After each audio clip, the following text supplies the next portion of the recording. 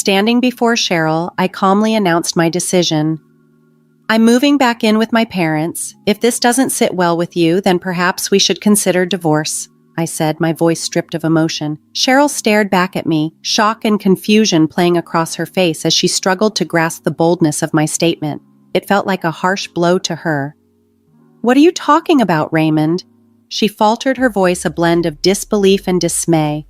It's quite straightforward, I continued, my gaze icy and detached. We could use your $7 million inheritance to build our new home there. That's what I'm proposing. A knot of tension formed in Cheryl's stomach. The inheritance, her mother's final gift, had suddenly become a pawn in my plan. You can't be serious, she whispered, barely audible. But I am completely serious, Cheryl. It's time for some changes, I asserted sharply, cutting through the air. Visions of our shared life, filled with laughter, love, and the milestones of our children flashed through her mind. How had our paths veered so off course? At 35, a mother of two, Cheryl thought she had been living an ordinary life with a man she once loved deeply. Now, I stood before her transformed, unrecognizable. You have no right to dictate how my inheritance is used, she protested, her voice quivering with a mix of anger and disbelief. As your husband, I believe I do have a say. It's either my way or the highway. Make your decision, Cheryl, I declared, my tone brooking no argument. She searched my face for a glimpse of the man she once knew but found only a stranger with greedy eyes fixed on her inheritance. Realizing the depth of the deception, she found herself overshadowed by the man she no longer recognized, her marriage revealed as a sham. Fine, she said, her voice remarkably steady amid the emotional turmoil. If that's what you want, then we're done.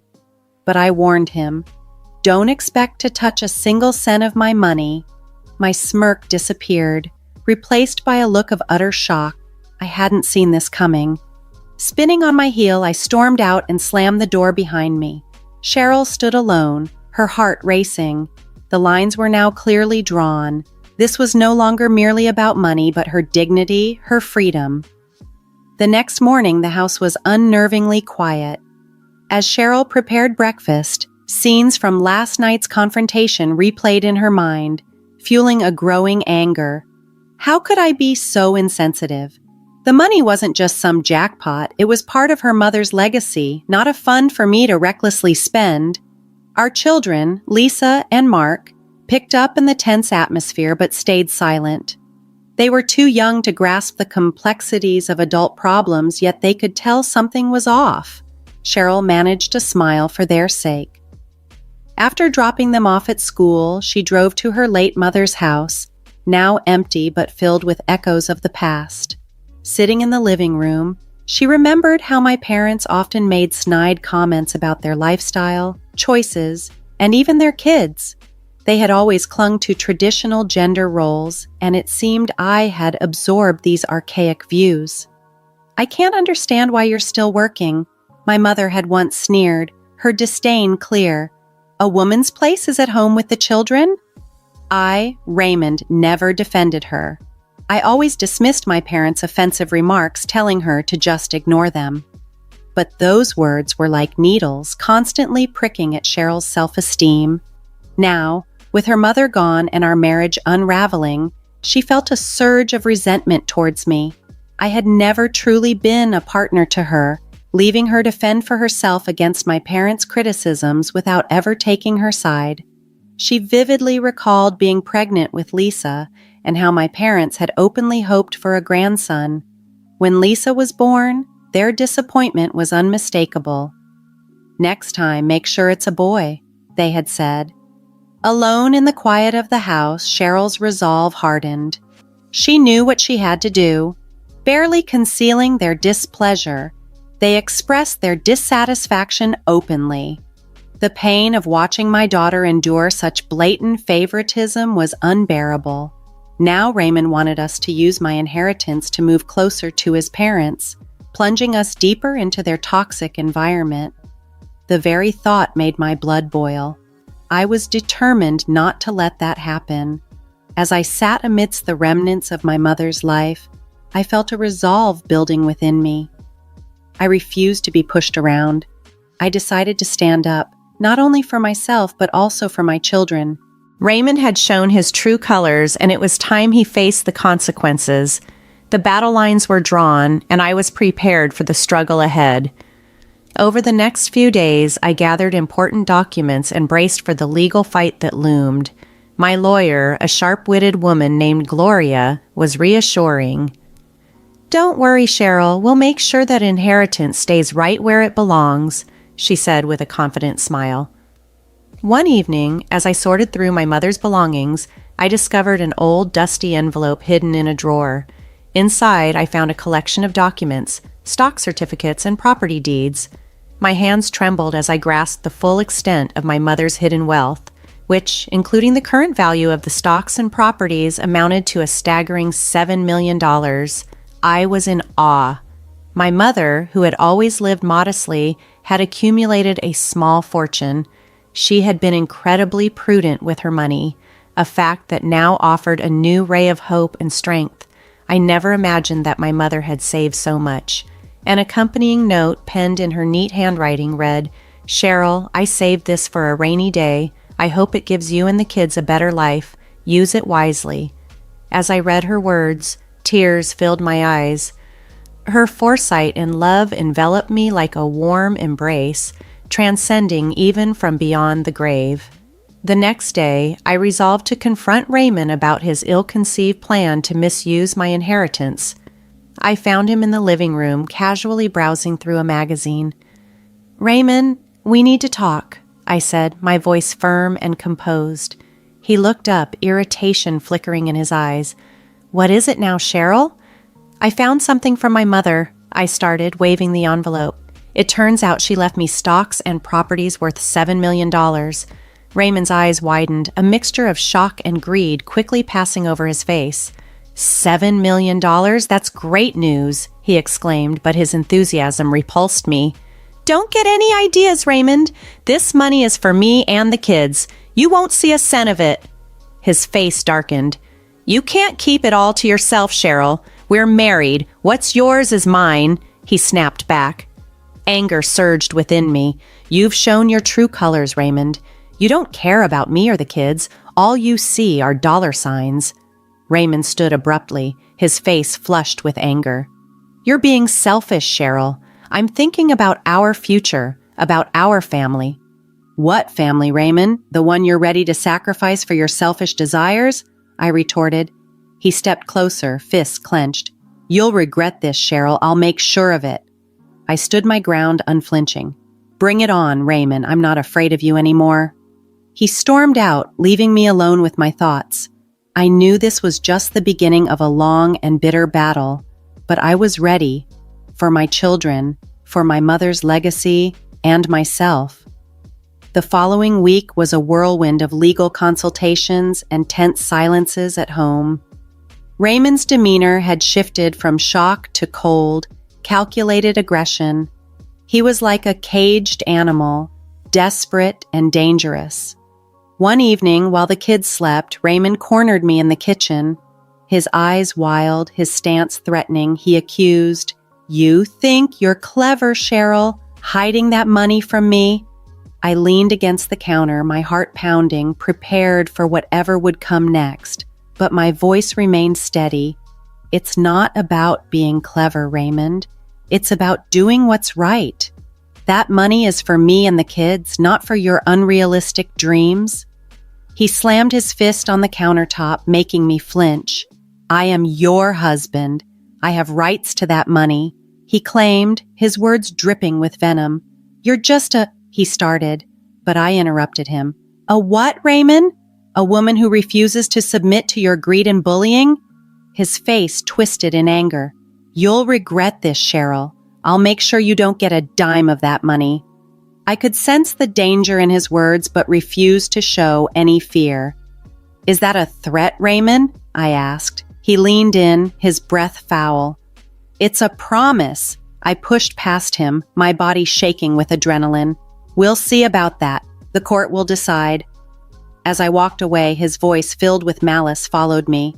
"You're going to be left with nothing, Cheryl. Nothing." The next day, I received a call from my lawyer.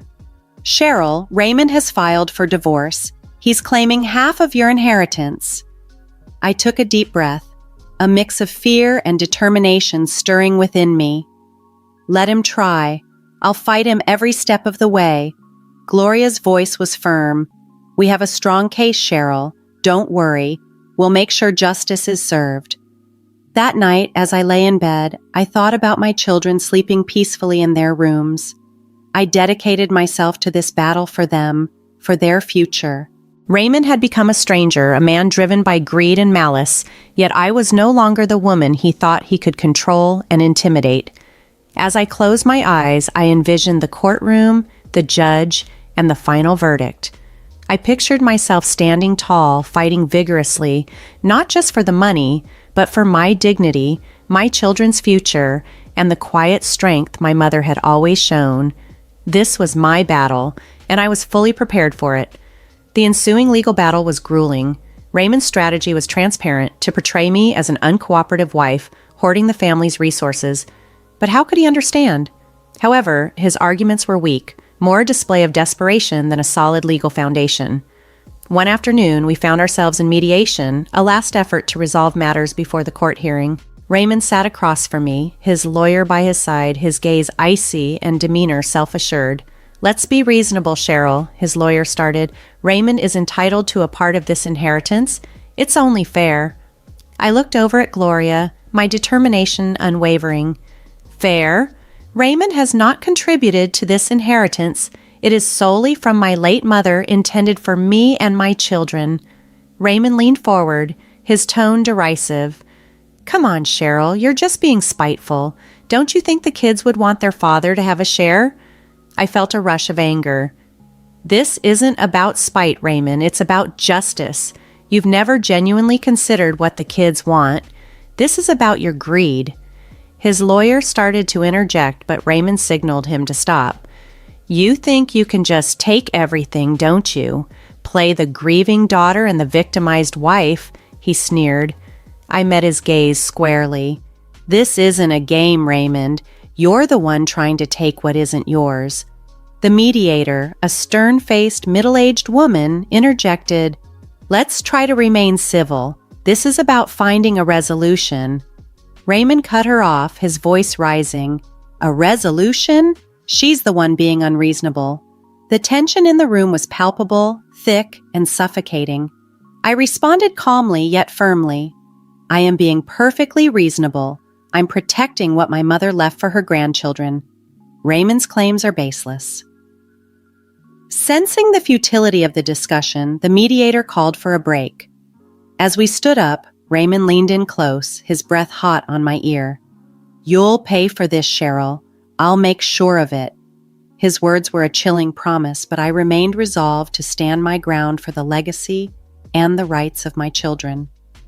I exited the mediation room, my heart pounding yet my resolve firm. Raymond's threats rang hollow. His legal standing was weak. Confident that the law was on my side, I dedicated myself wholeheartedly to the battle ahead. In the weeks leading up to the court hearing, I buried myself in legal preparations with Gloria. The kids stayed with my sister, spared from the worst of the upheaval. I missed them deeply, but I understood that this struggle was not just for my benefit, but for their future as well. The day of the court hearing finally arrived. As I stood in the courtroom, I steeled myself to face Raymond and counter any misleading story he might present. This was the pivotal moment, and I was ready to fight with every fiber of my being. The courtroom transformed into a battleground where words served as weapons, and Raymond's lawyer spun a narrative of a husband wronged, deprived of his rightful share. Yet, under Gloria's adept questioning, his claims quickly fell apart, disintegrating like a house of cards. During a recess, Raymond confronted me in the hallway, his expression contorted with rage. "You're ruining everything, Cheryl. You think you're going to walk away with all that money?" he hissed. Despite the fear that nibbled at my resolve, I stood firm. "It's not your money, Raymond. It never was." He stepped closer, his voice dropping to a venomous whisper. "I'll drag this out as long as it takes. I'll bleed you dry with legal fees." Meeting his intense gaze, I responded with unwavering firmness. "Do what you must, but I won't let you bully me into submission." As we re-entered the courtroom, a wave of empowerment surged through me. Raymond's threat seemed more hollow than ever. His bravado was merely a facade for his desperation. When the final verdict was delivered, it was a vindication of my rights. The judge declared the inheritance solely mine, acknowledging my legal and moral claim to it. Raymond's face, as the judgment was read, mirrored the defeat of his case, a reflection of a battle fought and lost on his part. However, the victory was bittersweet. I had won the legal battle, but at the cost of my marriage. The family dynamic I had cherished was now fractured. In the weeks that followed, Raymond's life began to unravel. His reputation, once built on a foundation of lies and intimidation, crumbled. The community started to see him for the greedy individual who had tried to exploit his wife's inheritance. Rumors reached me about his myriad struggles, losing his job, his friends, and his standing in the community. It was a dramatic fall from grace, and despite everything, I felt a sense of poetic justice. One evening, a mutual acquaintance called. "Cheryl, have you heard about Raymond?" they asked. I hesitated, then replied, "No, what about him?" "He's moving out of town, lost his job, his house. He's pretty much broke." A complex emotion welled up inside me, not quite satisfaction, but something akin to it. Raymond had reaped what he sowed. He had aimed to destroy me, but ended up destroying himself instead. After hanging up, I looked at a picture of my children on the mantel. This fight had been for them, for their future and security. That night, as I tucked them into bed, I felt a profound sense of peace. The battle was over, and we had emerged stronger. We were finally free from Raymond's shadow, ready to start a new chapter. Our lives would be different, but we would be okay. We were together, and that was what mattered most. In the months following the court ruling, life found a new rhythm. The court victory granted me a sense of closure and a fresh start. The victory in court wasn't just an end. It marked the beginning of a new journey, one of healing and rebuilding. I decided it was time to sell the house, the backdrop of so many bitter memories. Each item I packed symbolized a step away from my past with Raymond, a deliberate stride toward a better future for Lisa and Mark. One day, while sorting through old boxes in the attic, I stumbled upon a photograph of Raymond and me in happier times. For a brief moment, I allowed myself to grieve for the life I thought we had, the love I believed was real. But as I stared at his smiling face in the photo, I realized that the man I had married no longer existed. He had revealed his true nature, and it was far from the image captured in that picture. With a sense of finality, I tossed the photo into the trash bin, a symbolic gesture of letting go. Moving to a new town offered us a fresh start.